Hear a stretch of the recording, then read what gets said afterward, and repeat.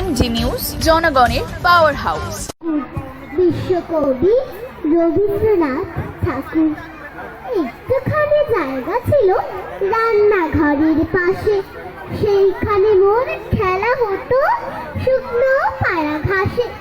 একটা ছিল ছাইয়ের গাদা, মস্ত ঢিবির মতো, পোড়া কয়লা দিয়ে দিয়ে সাজিয়েছিলেন কত, কেউ জানে না সেইতে আমার পাহাড় মিছিমিছি।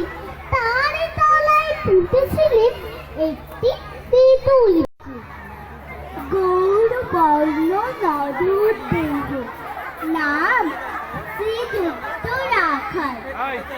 জন্ম তাহার হয়েছিল সেই যে বছর আকাল। গুরুমশাই বলেন তার বুদ্ধি যে নেই একেবারে, দ্বিতীয় ভাগ করতে সারা 6 মাস ধরে নাকাল। রেগে মেগে বলেন বদর, নাম দিন তোর মাকাল। নামটা শুনে ভাবলে প্রথম বাকি যুগল ঘুরে, তারপর সে বাড়ি এসে নৃত্য করল শুরু। হঠাৎ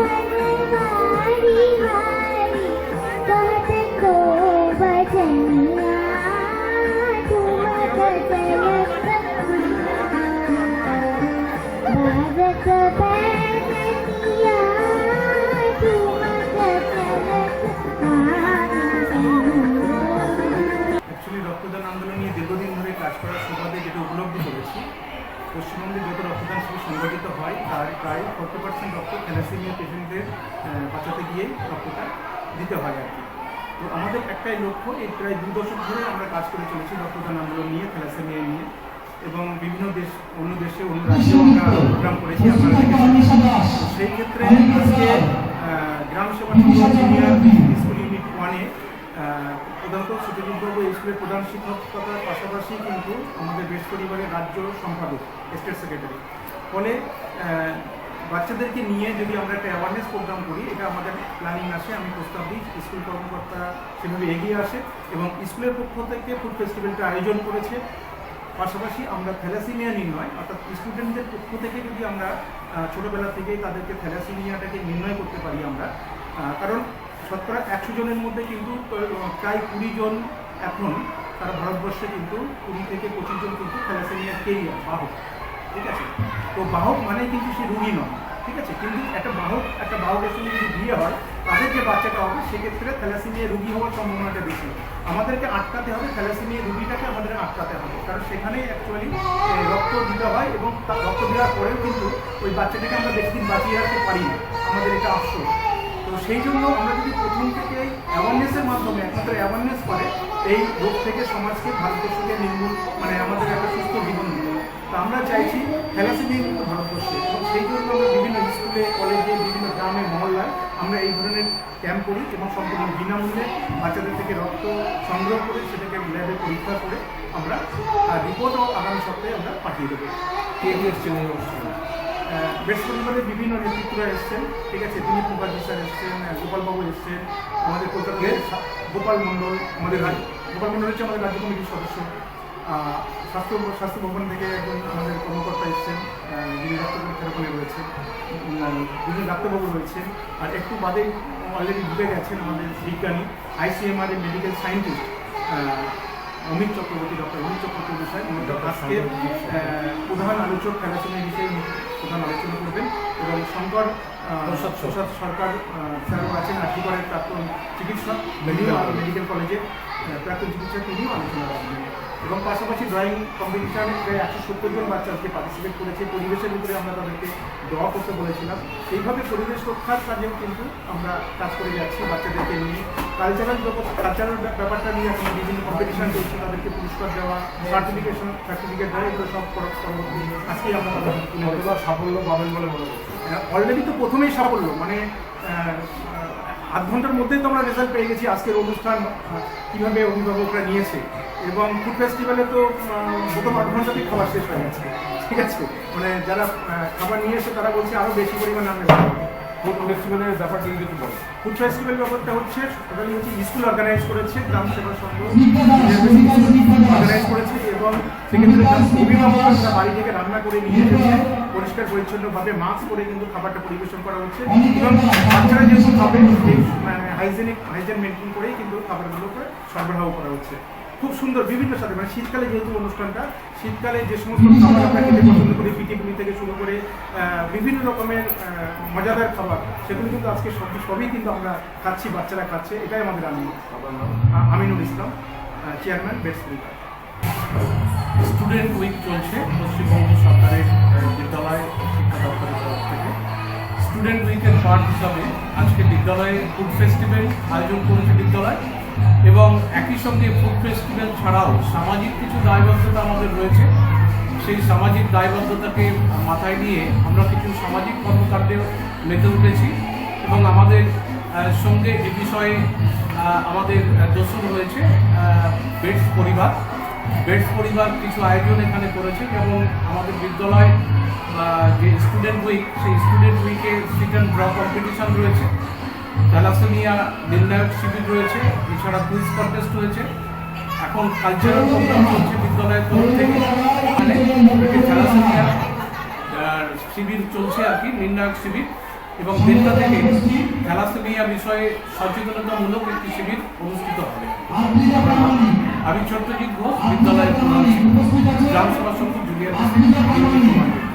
আচ্ছা, এই অনুষ্ঠানটা করে আপনারা সমাজের মধ্যে কি বার্তা দিতে চাইছেন? দেখুন, সামাজিক কাজ তো শিক্ষককে করতেই হবে, এবং করতে হবে বলেই যে আজকে তো স্কুল বড় সমাজ নিয়ে, ধরুন হাবড়ার শুরু হয়, উত্তর 24 পরগনা জেলার একটি সেরা বিদ্যালয়, প্রাথমিক বিদ্যালয়, গ্রাম সভা সংঘ জুনিয়র বেসিক স্কুল এবং প্রাথমিক শিক্ষার অন্যতম শ্রেষ্ঠ প্রতিষ্ঠান। এখানে পারিপার্শ্বিক পরিবেশ, বিদ্যালয়ের যে পরিবেশ, সেই পরিবেশটাকে আপনারা দেখতে পাচ্ছেন যে সুসজ্জিত শিশুকেন্দ্রিক একটি পরিবেশ। তার পাশাপাশি সামাজিক যে দায়বদ্ধতা আমাদের রয়েছে, সেই সামাজিক দায়বদ্ধতা কিন্তু আমরা শিক্ষক হিসেবে অস্বীকার করতে পারি না, এবং সেই জন্যে সারা বছর ব্যাপী কিন্তু বিভিন্ন মনীষীদের জন্মদিন পালন থেকে শুরু করে বিভিন্ন ধরনের কালচারাল প্রোগ্রাম কিন্তু করে আমরা শিশুদের অলরাউন্ড ডেভেলপমেন্টের যেমন ব্যবস্থা রাখি, ঠিক তেমনি একই সাথে সমাজকে, অর্থাৎ যারা স্টেক হোল্ডার, অভিভাবক মণ্ডলী, আপনারা দেখতে পাচ্ছেন বাইরে প্রচুর অভিভাবক রয়েছে, বিভিন্ন কর্মসূচিতে তাদেরকে সামিল করে আমরা ধরুন থ্যালাসেমিয়া থেকে শুরু করে, ডেঙ্গু থেকে শুরু করে, প্লাস্টিক বর্জন থেকে শুরু করে একাধিক বৃক্ষরোপণ, একাধিক সামাজিক কর্মসূচি কিন্তু আমরা স্টেক হোল্ডারদের সঙ্গে নিয়ে করি, এবং এ বিষয়ে বেডস পরিবার তাদেরকে সঙ্গে নিয়েও আমরা সমস্ত সামাজিক কর্মকাণ্ড করে থাকি। থ্যালাসেমিয়া সম্পর্কে আপনার থ্যালাসেমিয়া রোগটা আমরা বহুদিন ধরে দেখছি, কিন্তু ওটা নতুন নয়, কারণ ওটা জানিয়ে আমরা থ্যালাসেমিয়া থ্যালাস বডি দুনিয়া শব্দের সব মিলে একটা রোগ থ্যালাসেমিয়া, আলফা বিটা যে চেঞ্জ আছে প্রোটিনের, সেখানে ডিফেক্টটা অভাব আমরা দেখতে পাই, এবং আয়রন এখানে দেখা যায় আয়রন ওভারলোড হয়ে যায়। কারণ মানুষ যেগুলো হয় যে থ্যালাসেমিয়া যদি জন্মগত রোগ এবং বংশগতভাবে এটা ছড়িয়ে পড়ে, এবং আমরা যদি বিয়ের আগে রোগটা উন্নয়ন করতে না পারি, তাহলে এই যে থ্যালাসেমিয়া রোগটা ছড়িয়ে পড়ে আমরা আসতে পারবো না। এই রোগের ক্ষেত্রে প্রিভেনশন এবং থ্যালাসেমিয়াকে আমরা দেখতে পাই যে ব্লাড দিতে হয়, এবং সাধারণভাবে আয়রনটা পাওয়া যায় না, সাধারণভাবে এবং শরীরের নানান অঙ্গপ্রত্যঙ্গ, বিশেষ করে লিভার, স্কিন, এগুলো এবং বোনস মানে হাড়, এগুলো ক্ষতিগ্রস্ত হয় রক্তের সমস্যা, এবং এই রোগটাকে একমাত্র ভালো করতে হবে জিন থেরাপি এবং পশ্চিম পর্যায়ে বোন ম্যারো যেগুলো আছে ট্রান্সপ্লান্টেশন করা বলতে এগুলো খুবই খরচ সাপেক্ষ ব্যাপার, সাধারণ মানুষ পক্ষে সম্ভব না।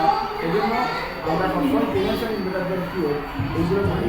তবে বিয়ের সময় রক্ত পরীক্ষা করে রক্ত নির্ণয় করে হিমোগ্লোবিন কাউন্ট যেমন আছে, এসপিএসসি বলে একটা পরীক্ষা আছে, এসব জিন পরীক্ষা করে এই রোগগুলোর টাইপ নির্ণয় করতে হয় এবং এই রোগগুলোকে বার করতে হয়। তবে খালি এবং ফ্যামিলি ট্রেসিং করতে হয়, মানে একজন ধরা করলে মানুষ যে তার ছেড়ে করে ছেড়ে দিলাম তা নয়, স্কুল ধরার পর স্বামীরও করতে হয়, কারণ পরবর্তীকালে প্রজনন ব্যবস্থায় ক্ষতি হয় এবং বাচ্চাদেরও হওয়ার সম্ভাবনা আমরা দেখা হয়।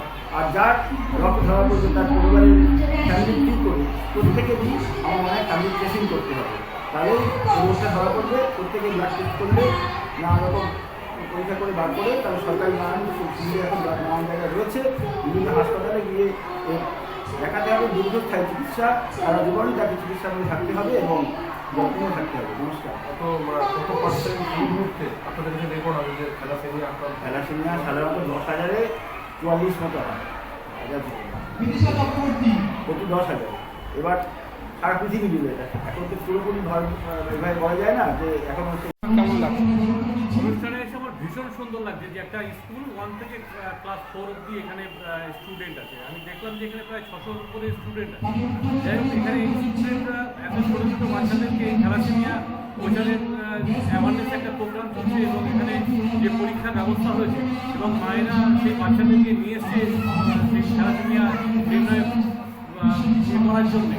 এবং সেই নির্ণয়ের জায়গা থেকে যদি কোনো সংক্রমণ বা পজিটিভ যদি যে সমস্ত পেশেন্ট আমরা পাবো সেগুলোকে আমরা চিকিৎসাদের মধ্যে আনতে পারবো বা এই অ্যাওয়ারনেসগুলো করা হচ্ছে যাতে ভবিষ্যতে এই থ্যালাসেমিয়াটাকে যাতে রোধ করা যায়, কীভাবে রোধ করা যায়। আমাদের এখানে চিকিৎসক বললেন যে একমাত্র চিকিৎসা বেশ পলিসি, তো আমাদেরকে সচেতন হতে হবে। সেটাই রক্তদান আন্দোলন আমি দীর্ঘদিন থেকে করে আসছি 1986 থেকে। সেখানে আমরা রক্তের অভাবে কাউকে মরতে দেবো না, এই আন্দোলন নিয়েই আমরা চলেছি। কিন্তু রক্তদান করতে গিয়ে যখন আমরা দেখলাম যে রক্তদানের অর্ধেক থ্যালাসেমিয়ার পেছনেই চলে যায়, তো সেখানে থ্যালাসেমিয়াকে যদি আমরা প্রোটেকশন না দিতে পারি তাহলে রক্তের অভাব যেটা সেই অভাবটা আমাদের থেকেই যাবে। আমার নাম হচ্ছে দিলীপ মুখার্জি।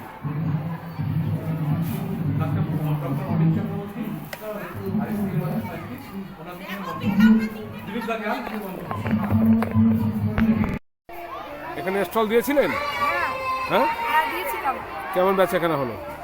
মোটামুটি হয়ে গেছে সব কমপ্লিট। হ্যাঁ, কি বানিয়েছিলেন? মালপোয়া, পাটিসাপটা আর কাঁচপোড়া দুধে ভেজানো। বাচ্চাদের জন্য বানিয়েছি, খুব আনন্দ করে দিয়ে দিয়েছি, বাচ্চারা খেয়েছে, খুব খুশি আছে। কোথা থেকে এসছেন? আমি নবপল্লী থেকে এসেছি, হাবড়া নবপল্লী। আপনার শিশু কি এই স্কুলে পড়ে? হ্যাঁ, কোন ক্লাসে? পিপিতে প্রথম ভর্তি হলো। আচ্ছা, কি নাম? ঝুমা দেবনাথ। আর মেয়ের নাম ঐশিনী দেবনাথ। কোন ক্লাসে পড়ে? পিপিতে।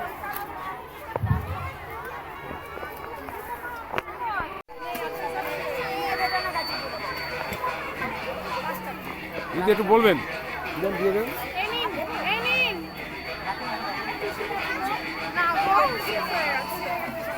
কীরকম সাড়া পেলেন?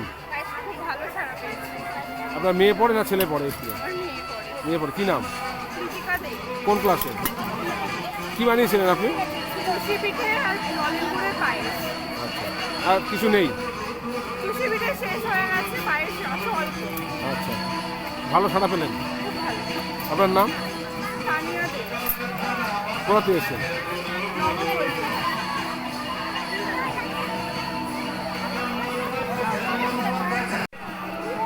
দিদি একটু বলবেন, বলবেন এখানে আপনার ছেলে মেয়ে পড়াশোনা করে? কোন ক্লাসে? 2তে পড়ে। কি নাম? আজকে নিয়েছেন আপনি খাবার নিয়েছেন? কেমন গুণগত মান কেমন? খুব ভালো। আচ্ছা, দামটা কি শিওর? এবং স্বাদেও ভালো।